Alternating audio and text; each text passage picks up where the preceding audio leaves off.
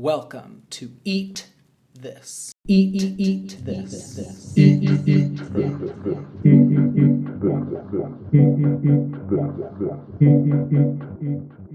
This week, we're having lunch with Stephen Golden, massage therapist, craft artist, dancer, and the sweetest giant you'll ever meet.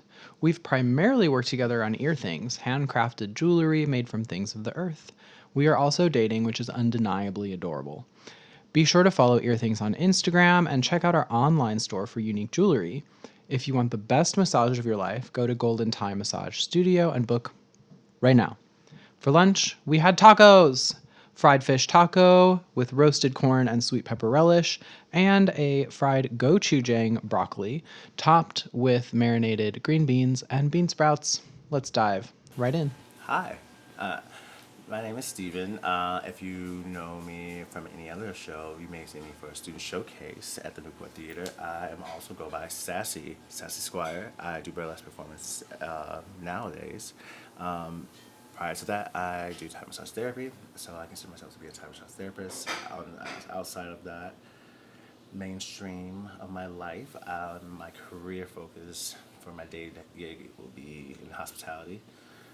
But yeah, a lot about me is that you can always find me around nature. Somewhat being up at home by playing with my plants or playing with my little pup.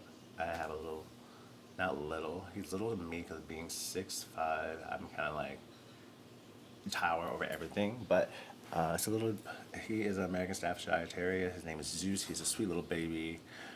Along with that, I also make ear things alongside with my business partner. You may know him. That will be Sean.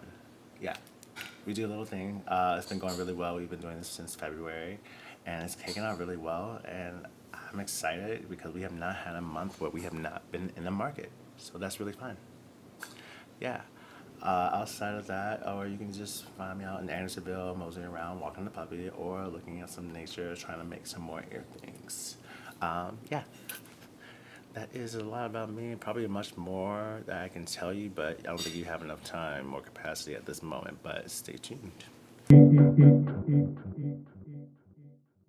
So, my goal in Eat This is to build an understanding of two areas that have felt in my life at odds with each other in different ways that I want to stitch together, have a better understanding of creativity versus work. And I'm wondering, in your life experience, in the ways that you interact with the world, what is and is not creativity and what is and is not work. And we're going to be answering this question throughout, so feel free to ruminate on that, but you don't need to have a final answer. We're going to continue to use our experience to answer that question. I got it. I like that. I'm here for it. Me seeing is creativity work or is work creativity? That is a fine, very, very, very difficult question to ask, but a very, very fine subjective view on what we consider creativity and how we want to be compensated for creativity. That's where all those questions lead into. For me, in my line of work, where I find that creativity is a skill set. People are drawn to your skills. Creativity comes from within. So people are investing into you. They know that the potential within your creative drive that can be compensated for. How we choose to see that is how we choose to see that, but how we choose to utilize that can be work, putting our creativity at work. So I think it's constantly creativity is work. Yes. But only work can be creativity if you you see compensation behind it. So it being deemed work is when it's compensated? Mm-hmm. Interesting. When you have a goal, you have to meet financially. It's we consider work to be labor because you're being compensated for it to get what we want. Mm-hmm. We're being creative to do the work so we can get what we want. Gotcha. So creative work that limits the capacity for compensation is at odds with work. Because half the time, do you want to really do what you really love to do for work, to seek out for compensation and a higher rate that's going to help pay when it's something that you don't want to have to put a price on? I don't want to have to like bake consistently because I have to make it money for a living. Because if I help pay my bills, would I love to do that and have it be easy? Yes, that sounds great. But then I feel like within society now, that labor can be overused and they can cause burnout, losing our creativity. So, creativity is work. How you make it is how you make it, and how you define it for yourself is how you choose to define it for others. That's putting a boundary at like what you choose to share, what you choose to, how you choose to express yourself. I feel creativity is something that is sacred, but also unlimited. Okay. Cool. So, our connection, because I'm bringing people on with whom I've created. We're dating. We've tried to make a lot of babies. We've tried to make a lot of babies. We have tried consistently for weeks, days, minutes. This morning.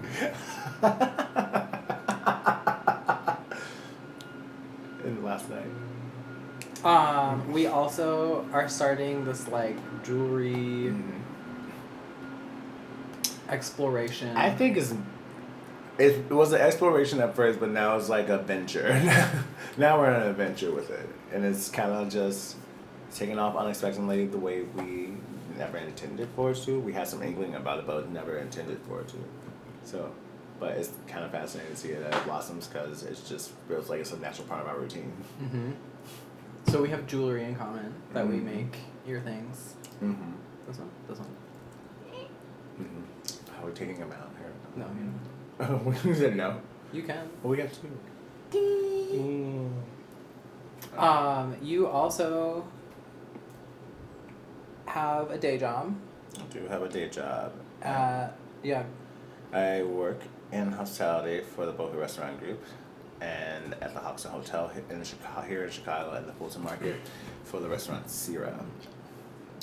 Yeah, I do events. So I do events over there to help run them within the staff we have. So floor management within the company I'm there from like 6:30 all the way until 4:30. Yes, we know it's a long shift.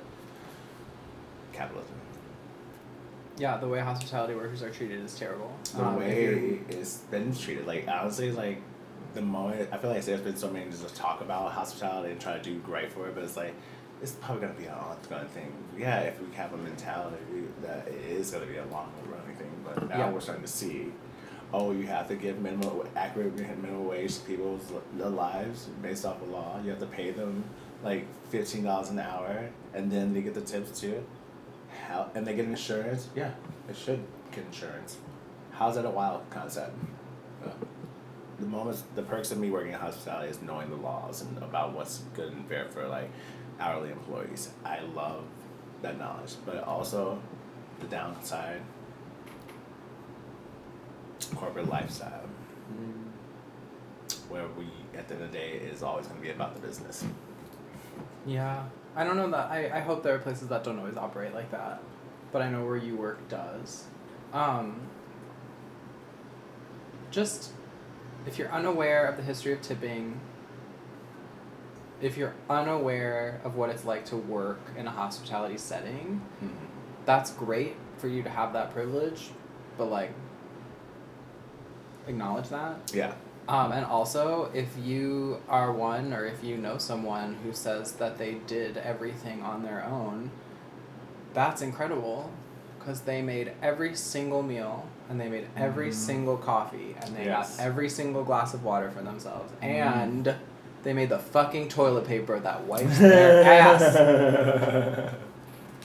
Anyway, that's my little... Yes. my little fucking moment. That was a brief moment. Sorry, let's take it back. Yes, I work for a restaurant group that is very exciting. I get to see day in and day out of different people from all across the world based off it within this hotel. I think that the best part about working for a Boca Restaurant Group, they merge you together with multiple businesses that you can integrate with and get more knowledge about. This part for me is the Hoxton, because the Hoxton is a different group from Innismore, and they work off culture, like culture within every neighborhood, which I think is fascinating. So having a restaurant group merge with this on this level is kind of like changing the scene in hospitality, where it's like, oh, we're not just making it hospitable for everyone, we're just bringing culture into this, where we have to make people aware and known of like other cultures out there, not by force, but like by a casual everyday thing that we do. Going out to a restaurant, best way you can connect people across the world, and then staying in a hotel, you bring great quality food together. That is wonderful. So you also do Thai massage. You also do Thai massage therapy. Thai massage therapy. Yes. So you started in 2008, and you went to multiple different trainings in Chicago and in Thailand. Yes. For 3 months. Mm-hmm. And you say it's an appreciation for the body and the mind.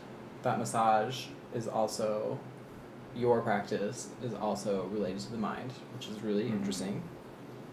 And I have this quote: Thai massage is a balanced blend of physical, energetic, and spiritual healing techniques. Yes. Can you tell us more about your journey with Thai massage therapy and these ideas?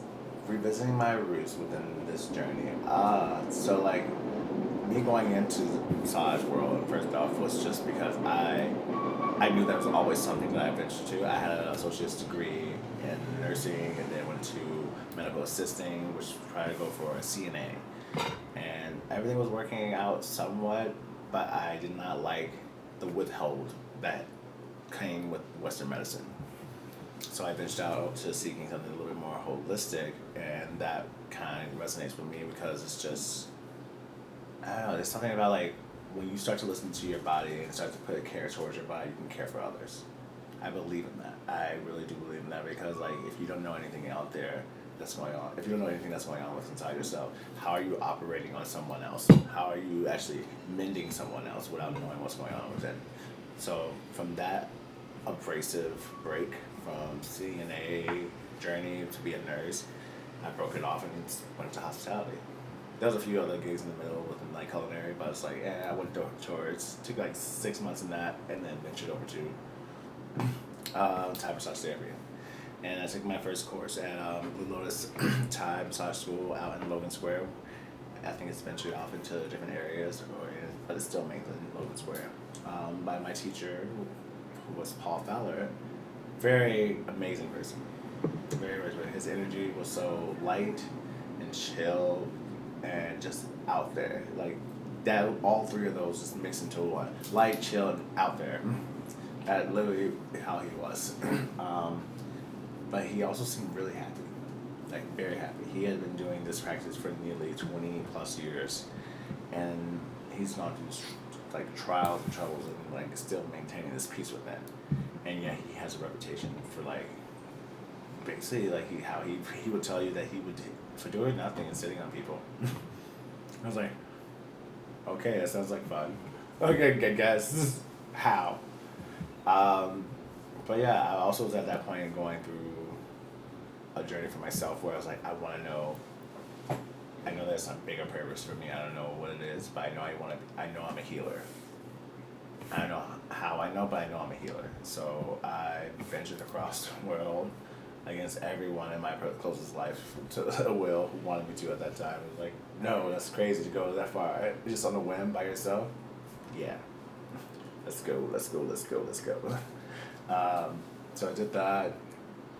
First thing I remember landing in Thailand was like, because I got in there without my group, and I was going to like landed by myself, and it took for me to just like understand it was exciting, but also here comes the fears of like living out in the West, where it's like I don't know anything. I don't know how I'm gonna get around. I'm like, oh wait, there's actually this thing that was given to me called an itinerary that's just printed out. Let me look at that first and see what's going on. But also there was a blatant sign, like I've had to see before. How do you know you're lost when you know you are? And that brought a lot of peace, like about self-discovery or just discovering anything, because what you don't know is not a mystery to you. You just gotta learn it. Cool. And so that kind of got me into tapped into my little spiritual realm, where it's like these words mean something, and I paid attention to everyone's word to see what meaning it has behind it, because sometimes someone's word can be healing in just that.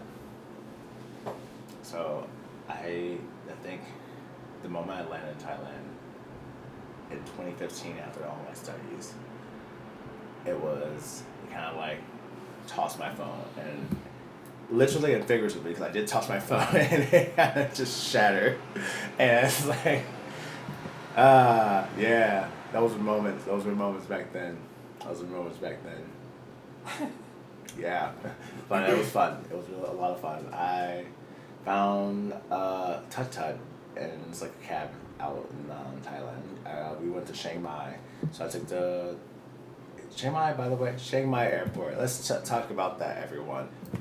Get off the plane, get into the facility, go through security, you're out the door. There is literally that point of transit. Customs, boom, boom, boom. 5 minutes. 5 minutes. Loved it. But once I get out of there, I got the Tut-Tut and went to my first class, which was just like ceremony, and it was about things, about your travels and getting to where you are right now. Talking about like, what did you notice on the way here? What came up on your way here, like within you, and pointed out how those key things matter in like wherever you go into your destination, and that felt another step onto like the path I was going down. And then we did all that, met my crew, met my Thai massage teacher, and then we got told our class was on the offset line. Crazy. Yeah, it was really nice. Getting there, hot, very hot, 117-degree weather. I was not okay for the first couple days, but like also, if you travel that far, you know your digestive's kind of messed up, so you kind of just gotta go with it and just keep it going. But getting there, in the class, the first thing we learned was just to like be. We all fidget. Like, some people fidget, some people don't fidget, but like even when you don't fidget, that's kind of a problem too. It's like you're not really breathing. So when you are just being, you're allowing air to flow in every part that it needs to flow with inside of you. There should be no blocks. There should be a reason why you're stiff up in the neck, or your back is so straight. Like, it's a good thing with an alignment that you know about, but it's like if your back is constantly like this, you're kind of having your vertebrae stacked and it's like stiff, without allowing air to travel through. So I guess like from that, it was revisiting like my yoga training, or even with my yoga classes. It's like, oh, this is still all about how air gets in through your body, and it's forever learning. You don't know your body 100%. You know somewhat how your body works, but like no one's gonna know your body how it works fully 100% because it's forever changing. So we learn about air movement within ourselves and how we hold it, and why we hold it, and it all stimulates from mental.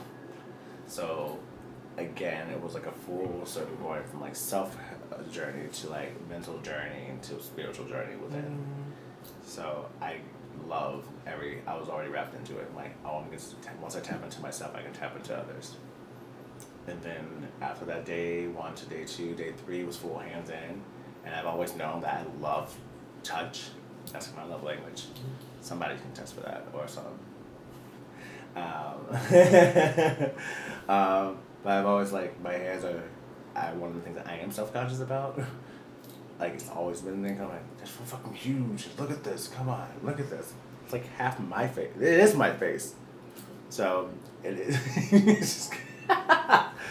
So, like, I always knew there was a purpose, like, for them. So, and I've always wanted to figure out what the purpose was. And I realized it's multiple things. Probably can do, like, at least 10 things as much as I can, as many digits I have in my hands.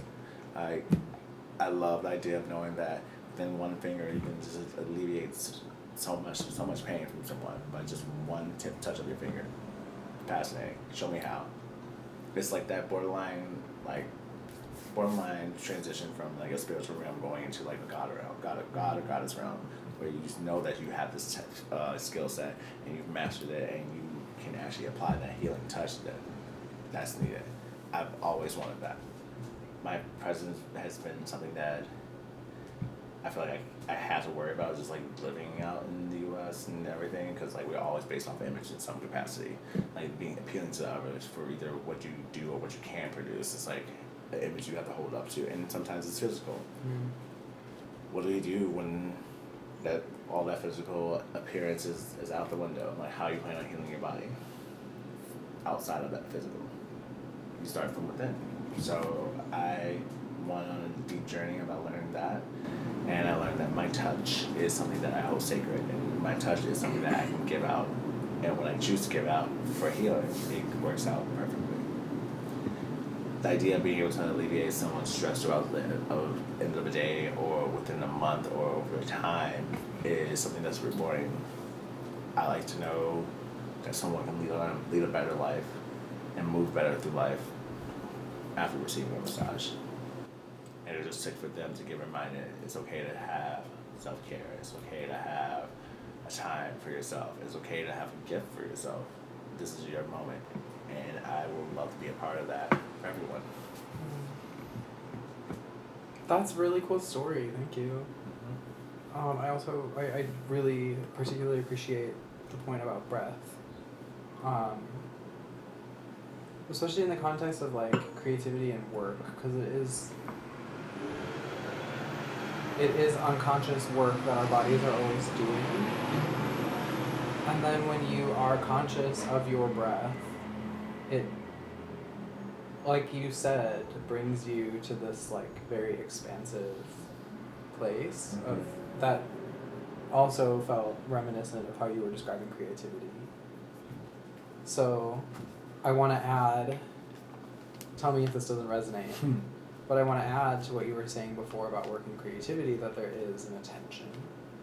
There's a mindfulness within creativity as well. Yes. That is an important aspect of what designates creativity for you. Yes. Love that. We talked a little bit about your things as well. I don't know if you want to talk more about your things. How it's like a forever process and it does not stop because your brain is always working and you're always healing through touch. And yeah, when I find something that makes my ears feel great, and it's gonna continue to find new things. And we're gonna have you forage your inner wild. Yes. Forage your inner thing. Yes, you can actually send out DM requests for us, and you can actually have an item that you want us to forge for you, and we'll cast it. We will build it for you, or you can give us a concept where you just let our creative minds work, and I think that'll be really fun. I know that one, but yeah, you can find us at _earthing at. Wait, no, that. It's gonna be me, but that's gonna be coming. It's gonna be that on Instagram, and then you can DM there and put your request in, and or follow us if you want to see something new and exciting. Also a thing that you nearly practiced today, except I made the cocktail.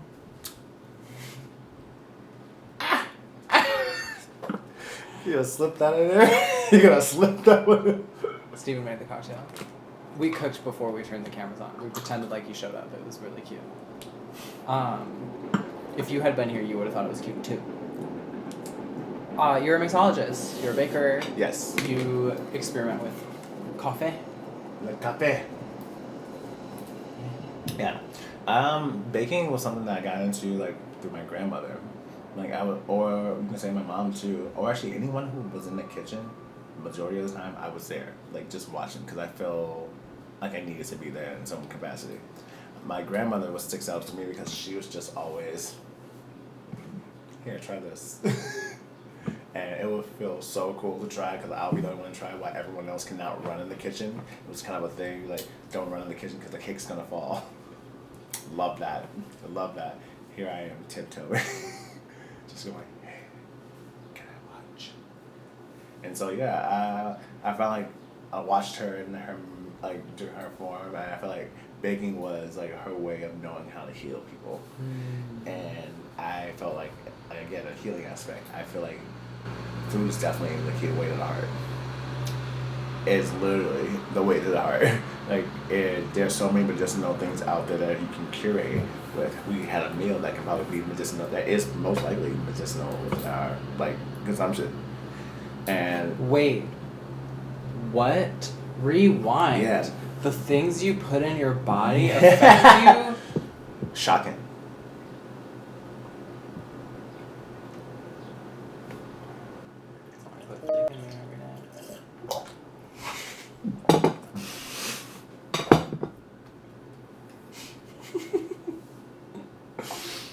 Swear this is PG. Don't worry, we'll have the director's cut of this episode. But no, like, yeah, I get into it. Food is necessity. Food is health. Food is literally like life. And I feel like my grandma honed in on that aspect very closely because she will always be something. There'll be always people over to have her cook or have her cooking for them.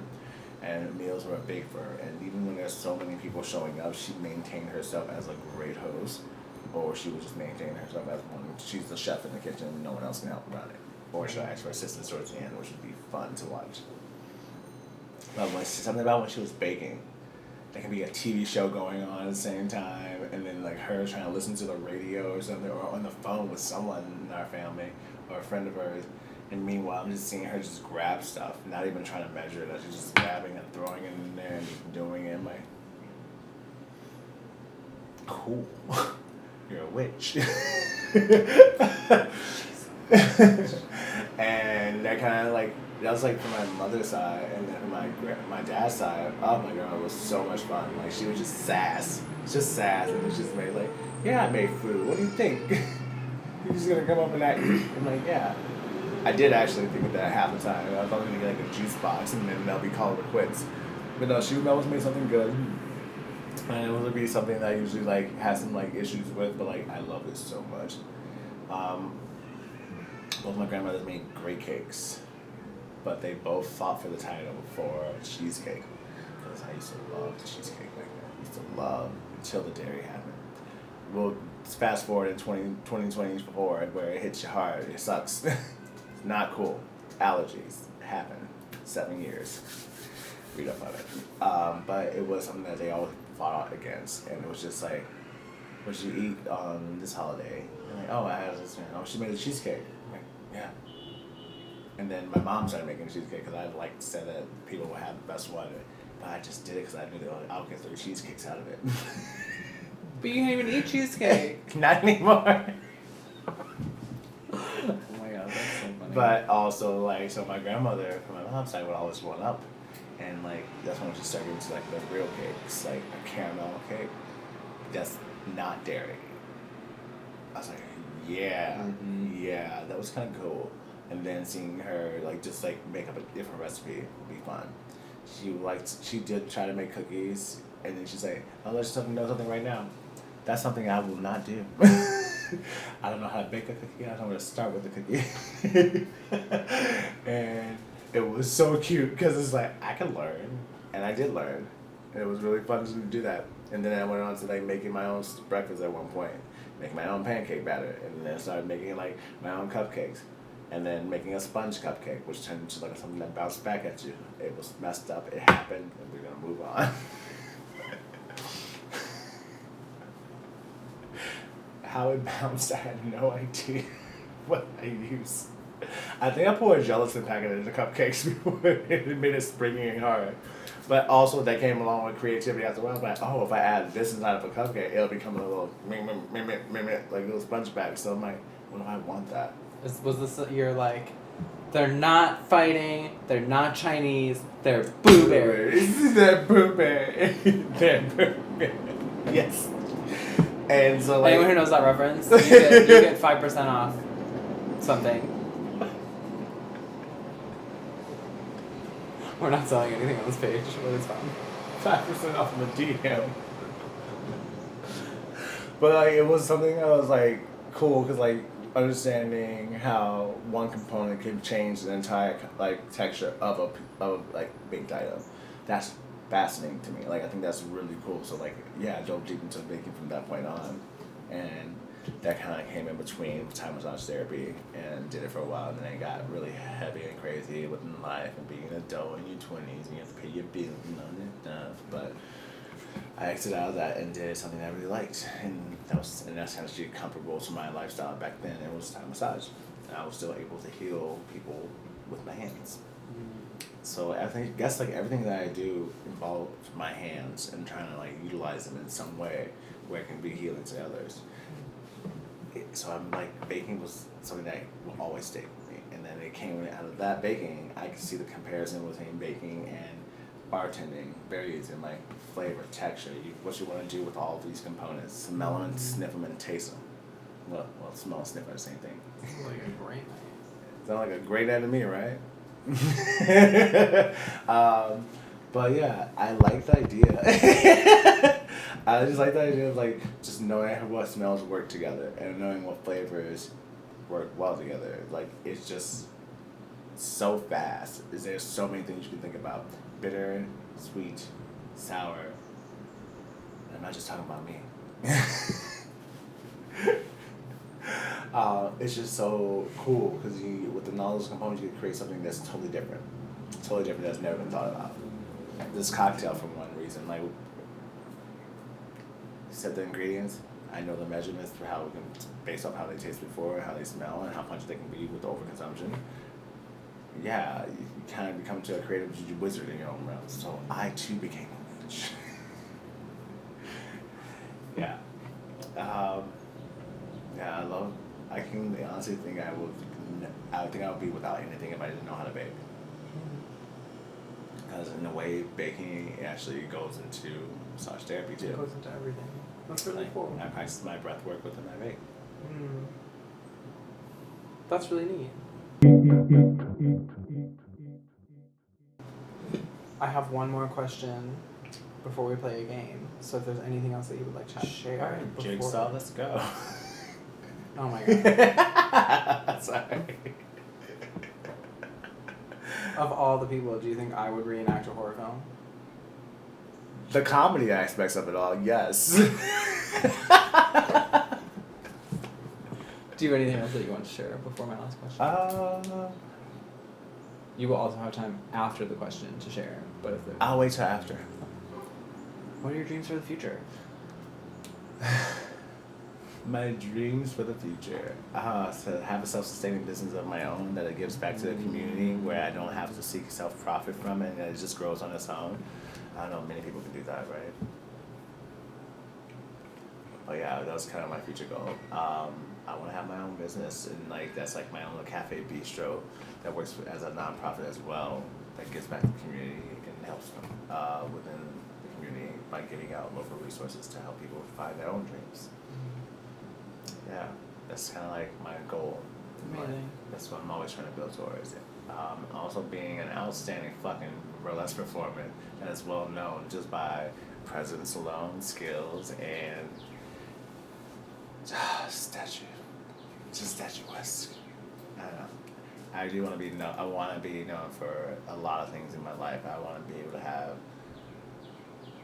a name to myself that is proclaimed for myself. And it's not really meant for others. It just somehow happened. That's how I see me as a burlesque performer. We all know Sassy. But do you really know it? Nice. Yeah. And then also to have a lovely future somewhere with someone in near nature, somewhat land, in water, perhaps, big space, nothing too big, maybe Victorian, who knows? but to have like a nice, chill, balanced lifestyle where it's like we can give for ourselves and we can help within ourselves and help each other out to see within their dreams without feeling confined.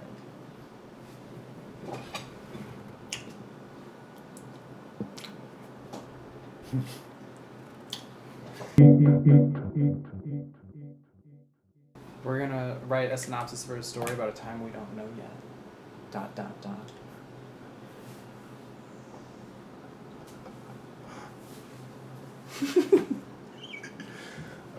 An indigo child finds himself waking up from a long slumber in a new world, but on the same planet he was birthed on years ago.